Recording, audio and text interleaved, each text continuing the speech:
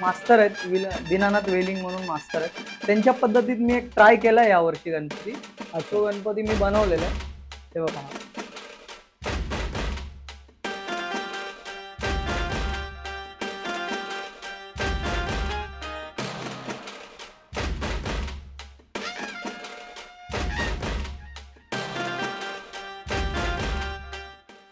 नमस्कार मित्रांनो, पुन्हा एकदा आपल्या सर्वांचं मनापासून स्वागत. मित्रांनो, तुम्ही देत असलेल्या यात्रा आणि जत्रा ह्या सिरीजला मनापासून देत असलेल्या प्रतिसादाबद्दल तुमचं मनपूर्वक आभार. मित्रांनो, खूप सारी ही सिरीज वाढत चाललेली आहे. तुम्ही नवीन व्हिडिओ आम्हाला सांगता, नवीन मंदिरे सुचवता आणि आम्ही त्या मंदिरांना भेट देऊन तिकडचं पर्यावरण, तिकडचं वातावरण, तिकडची सामाजिक संस्कृती आपण तुम्हाला दाखवत असतो. मित्रांनो, आजचा हा व्हिडिओ असाच काही थोडासा वेगळा आहे. गणेश उत्सव तोंडावर आलेला आहे. ह्या गणेशोत्सवासाठी तुमची तयारी झाली का? नाही झाली? बरोबर. तर आता काय, तुम्ही गणपतीच्या मूर्त्या बघताय? बरोबर. मूर्त्या जर शोधत असाल आणि तुम्हाला जर मातीच्या मूर्त्या हव्या असतील तर आज आपण एका ठिकाणी आलो आहोत. म्हणजे ह्या गणेश उत्सवामध्ये लागणारं जे मेन जे गणपती आहेत ते बनवण्याचं आता सगळीकडे काम सुरू झालेलं आहे. काही कारखान्यात काम कंप्लीट होत आहे, काही कारखान्यात कलरिंग चाललेलं आहे, काही कारखान्यात मूर्त्यांची अजून रचना चाललेली आहे. तर अशाच एका सुंदरशा कारखान्याला आपण आज भेट द्यायला आलो आहोत. कारण आज आपण आलोय चुनाभट्टी पंचशील नगरमध्ये असणाऱ्या गजमुख आर्ट स्टुडिओमध्ये आणि हे स्टुडिओ चालवतात अनिकेत खोटकर. तर ह्यांच्या स्टुडिओचं काय वैशिष्ट्य आहे, इकडे कशा प्रकारच्या मूर्त्या भेटणार आहेत आणि कोणकोणत्या स्वरूपातल्या मूर्त्या भेटणार आहेत हे सगळं तुम्हाला या व्हिडिओमध्ये जाणून घ्यायचं आहे. चला गजमुख आर्ट स्टुडिओला भेट देऊया.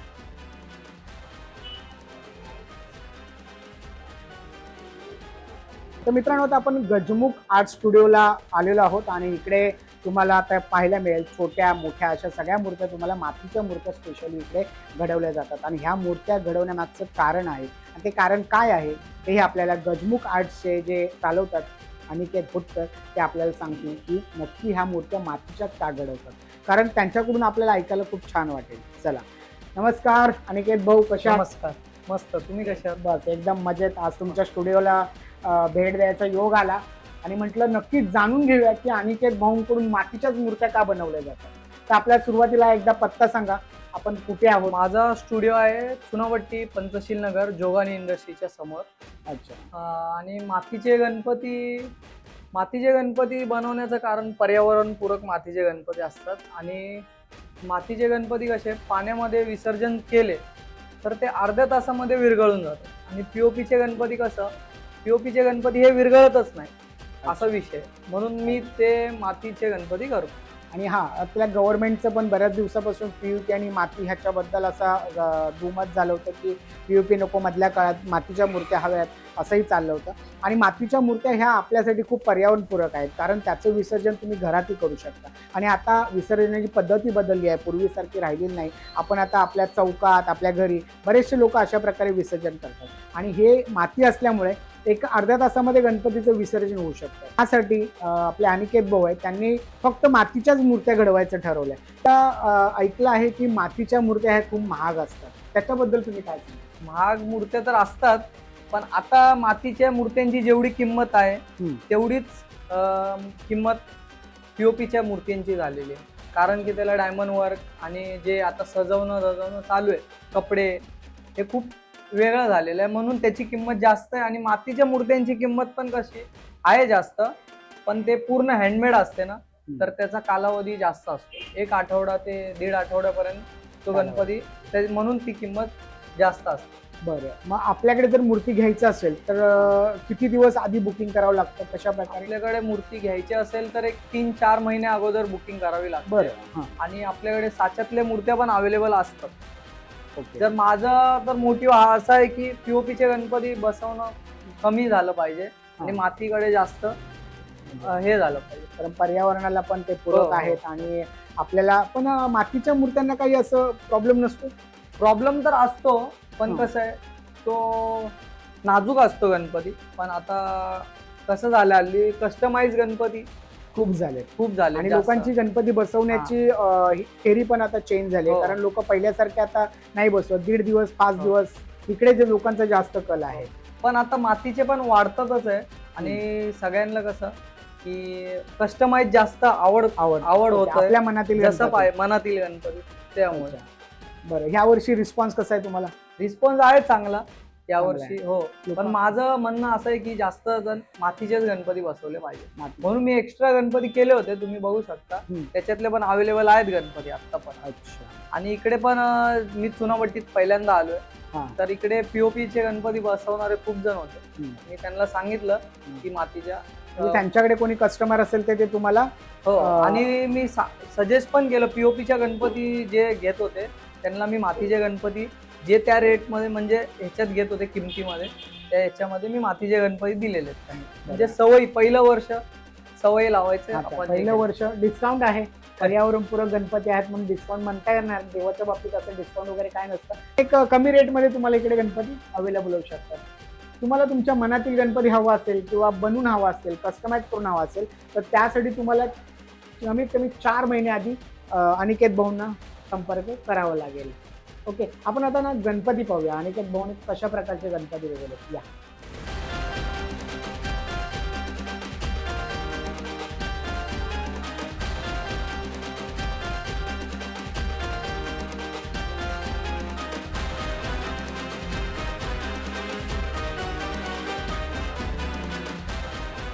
आता बघा, ह्या मातीच्या पर्यावरणपूरक मूर्ती का बसवाव्यात ह्याच्या पाठीमागची जी संकल्पना आहे ते आपल्या अनिकेत भाऊने सांगितलेली आहे. अनिकेत भाऊ हे दरवर्षी नवनवीन स्वरूपाचे गणपती बनवत असतात. तर आता आपण त्यांच्याकडून जाणून घेऊया कोणत्या स्वरूपाचे त्यांनी आतापर्यंत गणपती बनवले. अनिकेत भाऊ, आतापर्यंत तुम्ही कोणकोणत्या स्वरूपात गणपती बनवले? मी आतापर्यंत तरी तुमचे सर आहेत विशाल शिंदे म्हणून, त्रिमूर्ती स्टुडिओ. ओके. तर मी दादांच्याच पद्धतीत त्यांच्याच पद्धतीत गणपती बनवतोय आतापर्यंत. आणि मला तीच स्टाईल खूप म्हणजे जास्त आवडते. आता मार्केटला पण खूप तीच स्टाईल आवडते आणि खूप सुंदर सुंदर मूर्ती आहेत त्या. आणि मग मी नंतर असा प्रयत्न करतो, हे विजय खातू सरांच्या पद्धतीमध्ये मी गणपती बनवायचा ट्राय करतो त्या स्टाईलमध्ये. ओके. किंवा हे मास्तर आहेत दीनानाथ वेलिंग म्हणून मास्तर आहेत, त्यांच्या पद्धतीत मी एक ट्राय केलाय यावर्षी गणपती. तो गणपती मी बनवलेला आहे. ते बघा, हा पूर्ण झालेला आहे गणपती. आता फक्त याची फिनिशिंग चालू आहे. बरं, ह्याचा मी प्रयत्न केलेला आहे. तो अनिकेत भाऊ, तुमची कला खूप आवडली. खूप सुंदर सुंदर गणपती तुम्ही बनवलेले आहात. आपल्या गणेश भक्तांना तुमची कला नक्की आवडेल. तर सर्व गणेश भक्तांना काय सांगाल? सर्व गणेश भक्तांना मी सांगेल की ज्यांना मातीचे गणपती बसवायची खूप इच्छा आहे पण कोणाचा बजेट नाही आहे, तर तुम्ही नक्की स्टुडिओला भेट द्या. तर आपण पीओपीचे गणपती नाही पण मातीचे गणपती मी माझ्याकडून अवेलेबल करून देईल नक्कीच. तुम्ही स्टुडिओला व्हिजिट करा. सो मित्रांनो, आता आपण बघितलं की अनिकेत भाऊने आपल्याला वेगवेगळ्या गणपतीचे प्रकार दाखवले, त्यांनी घडवलेल्या सुंदर मूर्त्या दाखवल्या आणि त्यामधली ही मला आवडलेली अतिशय सुंदर मूर्ती आहे. बघा ना, म्हणजे त्याचं कमळावर बसलेली मूर्ती आहे, तर फिनिशिंग तर खूप सुंदर आहे आणि कलर नंतर अतिशय सुंदर वाटणार आहे. अशा सुंदर मूर्ती बघण्यासाठी तुम्ही अनिकेत भाऊंच्या इंस्टाग्राम पेजला फॉलो करा. इंस्टाग्राम पेजचं नाव आहे गजमुख आर्ट्स. त्या पेजला जा, तिकडे मूर्त्या पहा. तुम्हाला आवडलेली मूर्ती जर अनिकेत भाऊंना सांगा ते तुम्हाला नक्कीच अवेलेबल करून देऊ शकतात. कारण अजून आपल्याकडे 2 महिने आहेत. ह्या 2 महिन्यामध्ये तुम्हाला नक्कीच कोणती ना कोणती मूर्ती पसंत येईल.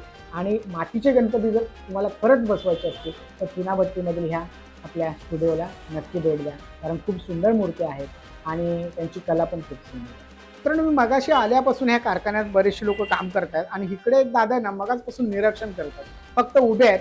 त्यांना आपण विचारूया की दादा, तुम्ही मूर्ती बुक करायला आलाय का इकडे?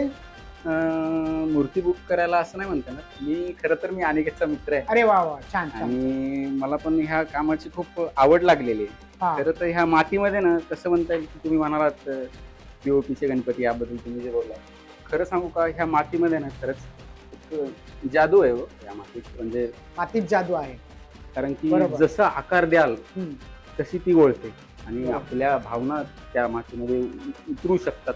मी पण एक छोटा कलाकार आहे, बासरी वाजवतो. त्यांना एक आवड असल्यामुळे मी सारखा असतो अनिकेतकडे येऊन जाऊन.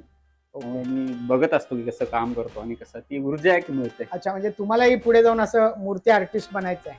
आवड आहे, असं बनायचं नाही म्हणून, पण आवड खूप आता जास्त मी कनेक्ट झालो या कामाला, आवडायला लागलं. आम्ही असं ऐकलं की तुम्ही एक उंदीर पण बनवलं छानसा, खरं आहे का? बनवायला प्रयत्न केला मी, पण एवढा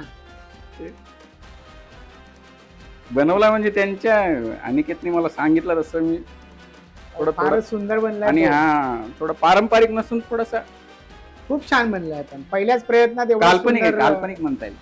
हो, पण तुमच्या डोक्यातली पूर्ण वास्तवता तिकडे उतरवली तुम्ही. छान छान. आणि तुम्ही बासरी वादक आहात. हो, तुमचे शोज वगैरे करता का? हो, मी लाईट म्युझिक वगैरे करतो सध्या, शोज वगैरे असतात. बरंच मी फिरतीवर असतो सारखं. अच्छा, पण छान. कधी वेळ मिळाला तर मी इकडे असतो. बरं. मग आम्हाला कधी बासरी ऐकवणार? नक्की नक्की ऐकू. आता ऐकू शकता? आत्ता तर नाहीये बासरी, नेक्स्ट टाइम नक्की ऐका. मित्रांनो, ह्या कारखान्यात असे अजून 2 कलाकार आहेत. कलाकारच म्हणता येईल, कारण मूर्त्यांना आकार देतात आणि कलेला आकार देणारा हा कलाकारच. त्यामुळे त्यांना विचारूया त्यांच्या काय भावना आहेत. मित्रा, नाव काय तुझं? माझं नाव प्रणय लक्ष्मण पोळ. हा. नानगेत दादाकडनं 4 वर्ष झाले इथं शिकतोय. अरे वा. दादाकडनं. मला खूप आवड आहे याची, त्यामुळे मी शिकतोय. आणि काय वाटतं तुला मूर्त्या बनवताना, कसं वाटतं? मला खूप मजा येते, भारी वाटतं एकदम. भारी वाटतं. ओके. आता किती मूर्त्या तयार केलेल्या आहेत आतापर्यंत आपण? आतापर्यंत आम्ही 30-35 मूर्त्या तयार केल्या आहेत. अच्छा. आणि सगळ्या ऑर्डरच्या मूर्त्या आहेत, हो, सगळ्या order. स्लॉट फुल झालेल्या हैं। ओके, धन्यवाद। आपका नाम क्या है? मेरा नाम पार्थिव है। अच्छा, क्या कर रहे हो यहाँ पे? अभी मैं फिनिशिंग डाई भी लगाने का सब मजा आ रहा है? एंजॉय। और ये साल रिस्पॉन्स कैसा है, मतलब कस्टमर कैसे? कस्टमर सब आते हैं बेंगलुरु से, पूरा slot book हो चुका है। तो अभी जोरों से गणपति का खाली आगमन की तैयारी, 2 महीना बाकी है। 2 महीना बाकी, तो 2 महीने पूरा कंप्लीट हो जाएगा। हाँ, हो जाएगा। Okay, thank you.